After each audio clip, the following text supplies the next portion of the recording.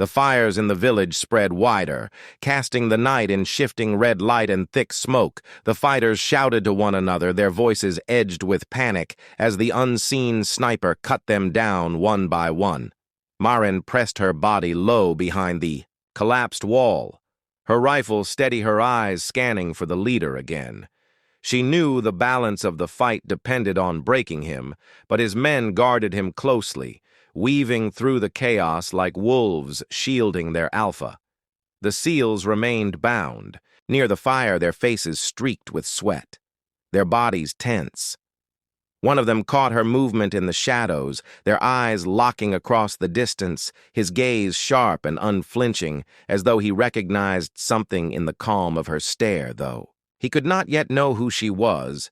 He nodded ever so slightly, as if acknowledging an ally in the chaos. And Maren felt the silent weight of their hope pressing against her. Gunfire cracked across the night bullets, slicing through the hut splinters. Raining down near her face, the fighters had closed the circle, hunting her through the flames, their torches swinging like wild lanterns. Maren drew her blade as she slipped from the cover, moving soundlessly toward the nearest alley. A fighter lunged into her path, his rifle raised, but she struck before he could fire, the blade sharp and quick, his body falling into the dust as she dragged him into shadow. The shouts grew louder, men calling out the loss of another guard, rifles rattling in blind. Bursts across the huts, Maren slipped further inside the maze of smoke, her lungs burning with the heat.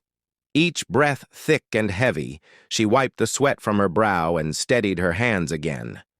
She thought of the SEALs bound and waiting there, strength trapped by rope, their eyes still searching the darkness for a way out, and she promised herself she would cut those ropes no matter the cost. She reached the outer ring of guards where two fighters stood, with rifles at the ready, their eyes sharp scanning every flicker of shadow. Maren crouched behind a pile of crates, her rifle dismantled and tucked away. Her hands gripping the hilt of her blade, she waited for the gap, the single moment when their attention split. One stepped aside to light a cigarette, and in that breath she struck from behind, her blade swift, her body low, her silence absolute, as one man collapsed before the other realized what was happening. The second fighter turned, his rifle lifting, but her hand shot up, grabbing the barrel, forcing it aside as the shot exploded into the dirt. She twisted the weapon away, driving her knee into his chest, the force sending him crashing back against the crates. She pressed the blade to his throat, silencing him before he could call out, her pulse hammering, yet her movements smooth her body. Remembering every drill, every lesson from years ago, she pulled the weapon into her own hands and melted back into the smoke. She was close now, the prisoners only yards away, the fighters still clustered in confusion around their leader, who barked furious commands, his men scrambling to obey, his scarred face lit by the glow of fire, his eyes wild with rage. Maren steadied herself, rifle raised once more, but before she could fire, the leader yanked one of the SEALs to his knees, pressing a pistol to the soldier's head, shouting for the ghost in the shadows to reveal herself or watch him die. The air seemed to freeze. The fighters went silent, the fire crackling. The only sound, Maren's heart pounded as she stared through her scope, the leader's finger resting on the trigger. The SEAL on his knees, his jaw clenched, his eyes steady, as though he accepted what was to come. She knew if she hesitated a heartbeat longer, he would fall and the mission would collapse with him. Yet the shot was risky, the angle narrow, the chance of failure unbearable. She breathed deep, slowing her pulse, remembering the calm she had once been taught, that in the storm only stillness could guide the strike. Her crosshairs steady, her finger curling on the trigger as the leader screamed into the night, demanding her surrender. Her lips tightened as she whispered a single word to herself. Then she pulled the trigger, and the pistol fell from his hand as the man staggered back. His grip broken by the shot, chaos erupted again. Fighters rushing to shield their leader, shouting in confusion as the SEAL on his knees twisted away, throwing his shoulder into the guard beside him. The prisoners surged with sudden force. Their bonds strained, but their discipline fierce even bound. They moved as one bodies crashing against their captors. The fighters struggled to contain them, the circle broken in an instant by the precision of her shot and the fury of soldiers unwilling to surrender. Marin moved quickly. Her rifle slung her blade flashing as she cut through the last shadows. Her breath ragged, the smoke thick, her eyes locked on the prisoners still bound, but now fighting. With everything they had, she knew she had only moments before the fighters regained control, and she was determined to reach them before that moment came. The fire roared higher, the village shaking with shouts and gunfire, the storm at its peak, and Marin pushed forward knowing the final step was near, but also knowing that with every second the danger pressed closer around her and the fight had only begun. Marin burst from the smoke, her blade cutting through the rope that bound the first seal, his wrists snapping free as he caught the falling weapon from her hand. His eyes fierce and filled with sudden fire. The others turned toward her, their bonds straining as the flames rose behind them, her movements precise. Her breath ragged, yet her focus sharper than ever. She knew this was the only chance to shift the tide. The leader stumbled, clutching his injured hand, his eyes burning with hatred as he roared for his men to hold the line. The fighters surged forward, their rifles cracking. Through the night, their boots pounding the dirt as the smoke swirled around them. Marin dropped low, pulling another seal to his feet, his muscles trembling with exhaustion, yet his spirit unbroken together. They moved like wolves breaking free from a cage.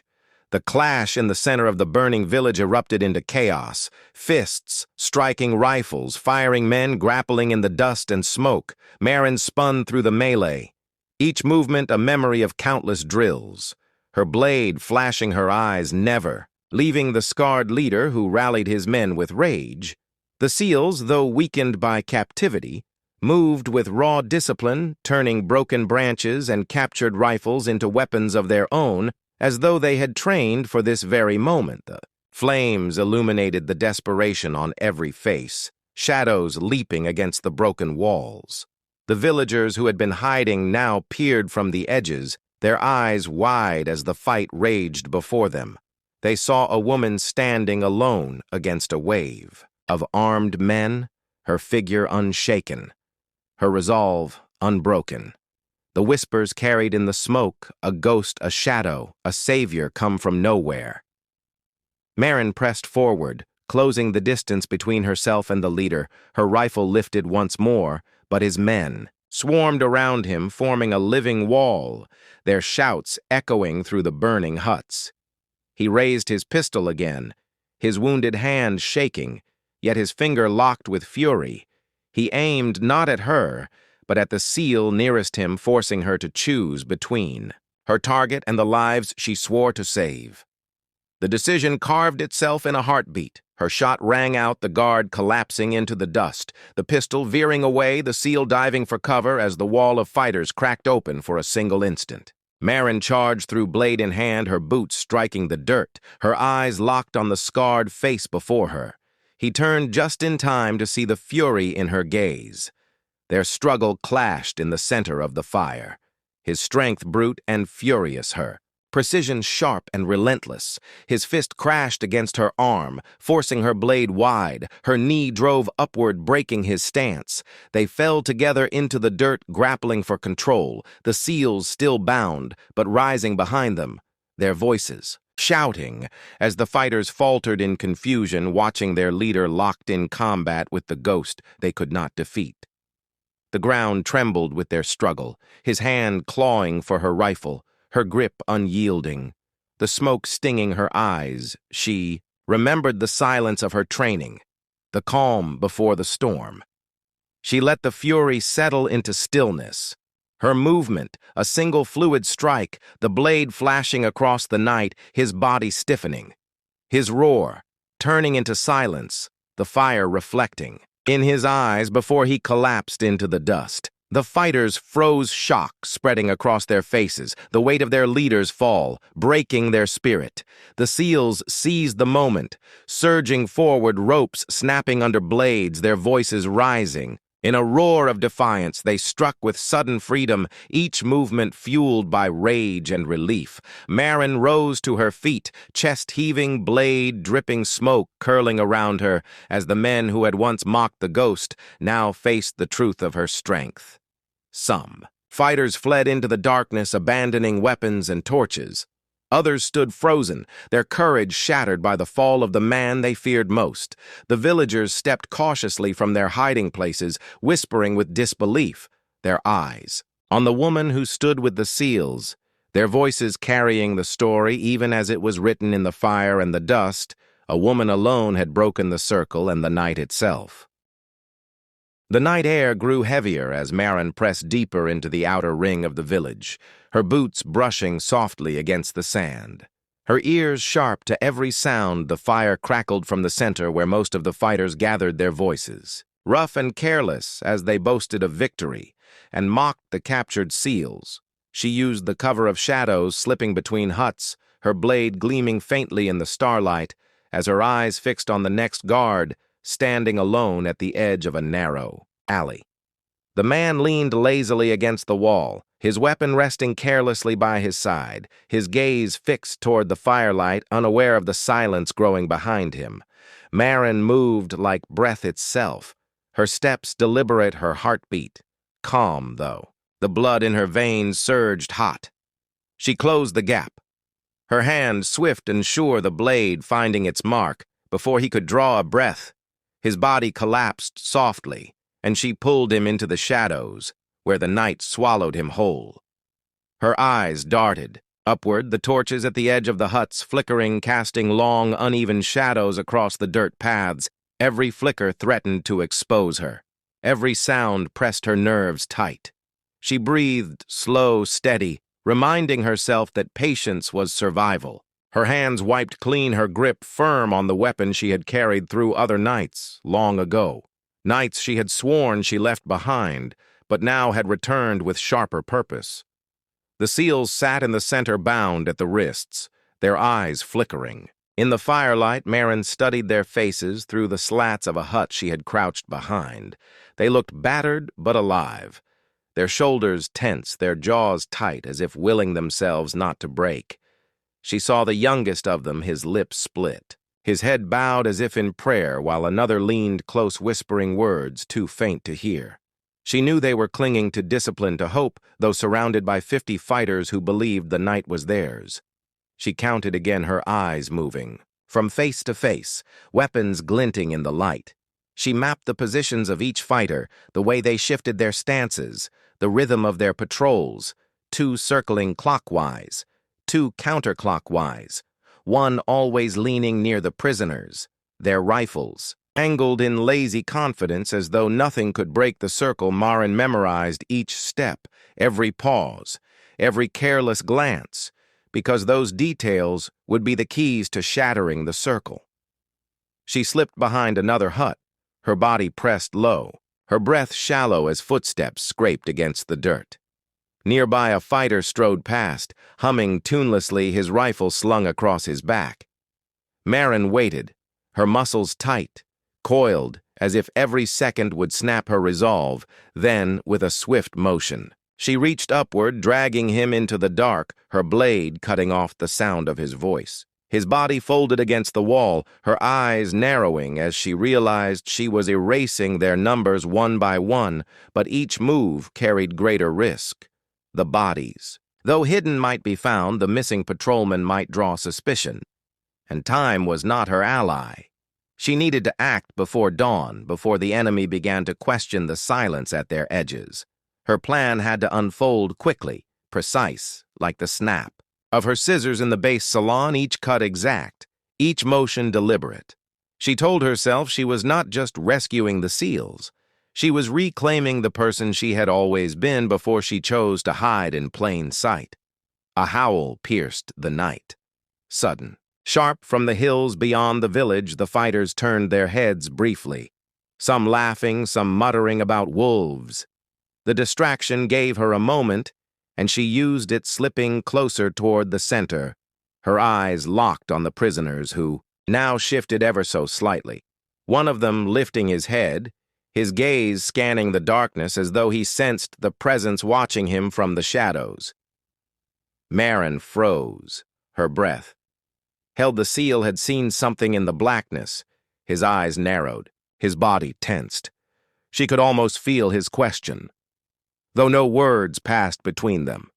She willed him to remain still, to keep his silence, to wait for what was coming, because the night was about to break open. And with it, the thin line between survival and death would shatter. Her knife returned to its sheath, her hand reaching for the compact rifle she had assembled earlier. The metal cold steady beneath her grip, she crouched low, raising the scope to her eye. Her breath slow as her crosshairs. Lined on the first guard nearest the prisoners, the torchlight flickered across his chest, his rifle hanging lazily, his smile smug. She steadied her finger against the trigger, whispering to herself that this was the moment that would change everything. The silence of the desert seemed to deepen around her, her breath and heartbeat. The only rhythm in her ears, she squeezed the trigger. The crack of the shot ripped the night open. The guard dropped instantly, his body crashing to the ground. The fighters whipped their heads in panic. The seals jerked upright eyes wide as the village exploded into chaos and Marin melted deeper into the shadows, her rifle already swinging to find the next target as the storm she had unleashed began to roar. The first shot echoed through the valley, carrying far beyond the village, and the air filled with shouts as the fighters scrambled for their weapons.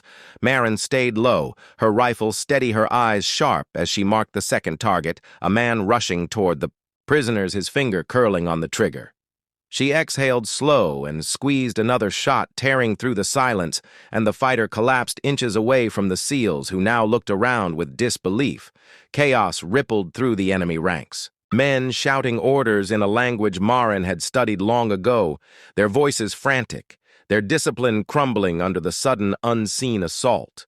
They fired wildly into the darkness, bullets cutting through huts and scattering sparks into the night. But none of them knew where the threat lay. Their confusion bought her precious seconds, and she moved swiftly to another position, crawling along the edge of a broken wall as firelight danced against her face.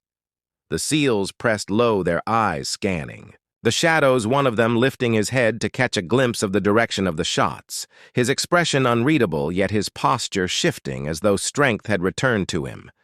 The fighters argued loudly, some pointing toward the ridge, others toward the huts. And in their disarray they left gaps in their formation, gaps that Marin saw instantly, gaps that she could tear wider if she struck again. She adjusted her rifle, lined her scope on a cluster of men moving hastily toward the prisoners. She waited, letting their careless steps close the distance, then released another shot that cut one down and scattered the rest into confusion. Her heartbeat steady, even as adrenaline surged through her. She whispered to herself, counting each target. Not as a victory, but as a necessity, because every second mattered and the seals' lives hung in the balance. The fighters began firing toward the ridges, searching for a sniper on the high ground. None of them imagined the shots were coming from inside, the very walls of their village. Marin shifted again, slipping deeper into the maze of huts, her boots silent, her breath measured. She reloaded quickly, each movement fluid like a drill.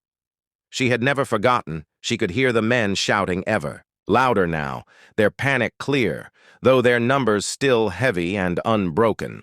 One fighter stumbled across the body. Marin had left hidden in the shadows. His cry raised the alarm, and suddenly the noise of search spread through the campmen rushing. Into alleys, rifles aimed torches, swinging wildly. The flames cast long shadows across the dirt, and smoke filled the air as huts caught fire from stray bullets. The village transformed into a storm of fear and flame, and Marin felt the noose of danger tightening around her. She pressed against a wall, the heat from the burning hut warming her back. Her eyes darting to the prisoners who had lifted their heads, their eyes searching the chaos. She knew they were trained to seize any chance, and though bound, they were waiting for the crack in the enemy line that only she could give them. Her pulse quickened as she realized the next steps would decide everything. A torch swung close, footsteps pounding against the earth. A fighter passed within inches of her, his rifle raised, his eyes scanning furiously. Maren held still, her hand tight around her blade until he turned his head and moved away. She slipped from the wall, her breath sharp, her eyes fixed on the center, her instincts whispering that the time for the shadows was ending and the storm would soon break into open battle. The fighters regrouped near the prisoners, their leader shouting, his voice rising above the fire. He barked orders, his face twisted with rage, pointing toward the ridges, demanding his men spread out. Maren caught sight of him clearly for the first time, a tall figure scarred across his cheek, his rifle gleaming in the light. He was the anchor of their force, and she knew if he fell, the rest might shatter like glass under a hammer. She crouched low, lifted her rifle again, her scope finding his chest steady against the torchlight.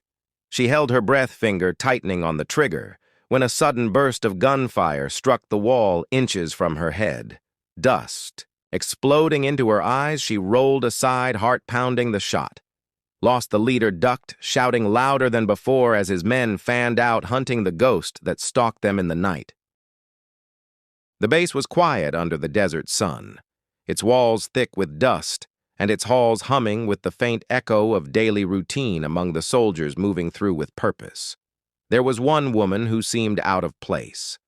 Her name was Maren. She was the base hairdresser, known for her steady hands, her warm smile, and her scissors that clicked rhythmically through the day. The men teased her, called her the one who knew more gossip than the radio operators, but she laughed it off because none of them ever guessed the truth she kept hidden. Behind the small salon chair where she trimmed and shaped the hair of men who carried rifles heavier than her arms, Maren listened. She listened to their chatter, their frustrations, their stories, and she picked up more about the state of the missions than any briefing room. She worked quietly with scissors in hand, yet her mind was sharper than the steel she wielded. And though the soldiers thought she was there only to keep them looking sharp, she carried a history she never revealed. Years ago, before she was the hairdresser, before she wore civilian clothes, on a military base she had trained. She had endured harsh weeks in the wilderness, the biting cold of nights without fire, and the cracking sound of gunfire over her head. She had not worn the badge of a soldier, but she had stood in the same mud as them, her skills forged in a program that most civilians never heard of, a program designed to create assets that could be placed anywhere unseen. She had left that life behind, but that life never left her. She moved through her days unnoticed, blending into the background of the base as if invisible. The men treated her kindly, but never seriously, for they thought she was nothing more than comfort and normalcy in a place that had little of either. She smiled when they laughed, she offered a listening ear when they spoke, but when she was alone in her small quarters, she still practiced routines, muscle memory drills, and the feel of cold metal against her palm because something inside her told her she might one day need it again. That day arrived without warning. The morning sun had barely touched the horizon. When news came, the SEAL team on a covert mission had been captured, dragged into a remote village, held at gunpoint by more than 50 fighters. The base went into chaos, men shouting orders, radios crackling with broken fragments of transmission. The commander slammed his fist on the table while the others scrambled to make sense of how to rescue the men before it was too late. Maren sat in her salon chair, her scissors resting silent in her lap as the words sank in. She saw the faces of those men she had cut hair for just days before, the ones who teased her about her steady hands, the ones who never thought they would be caught off guard. Now they were surrounded, stripped of their weapons, and facing an enemy that outnumbered them, and for the first time in years, Maren felt the old instincts stirring inside her. She rose quietly from her seat, unnoticed by the frantic soldiers rushing to and from the command room. She walked back to her quarters, each step steady, deliberate, her pulse quickening. She opened the footlocker beneath her bed, and inside lay the tools of a life she had sworn she would never return to, a set of carefully wrapped gear small enough to pass unnoticed, deadly enough to shift the balance of a fight. She touched them slowly, as if greeting old friends long forgotten. Her fingers lingered on a single item, a worn leather grip cold and heavy in her hand.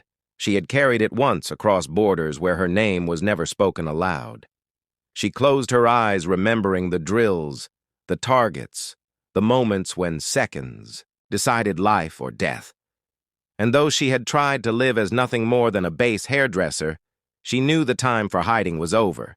She whispered to herself that some debts could not be ignored, and the faces of the captured SEALs burned bright. In her memory, as the sun climbed higher over the desert, Marin stood at the threshold of her small room, her gear hidden beneath the folds of a plain bag, the soldiers outside still shouting into radios, still searching for answers that seemed impossible. She slipped into the hallway unnoticed, her heart pounding, not with fear, but with certainty, because she alone knew what had to be done, and though no one expected it, she was already moving toward the storm where 52 fighters held the SEALs, in chains, and the real test was only beginning.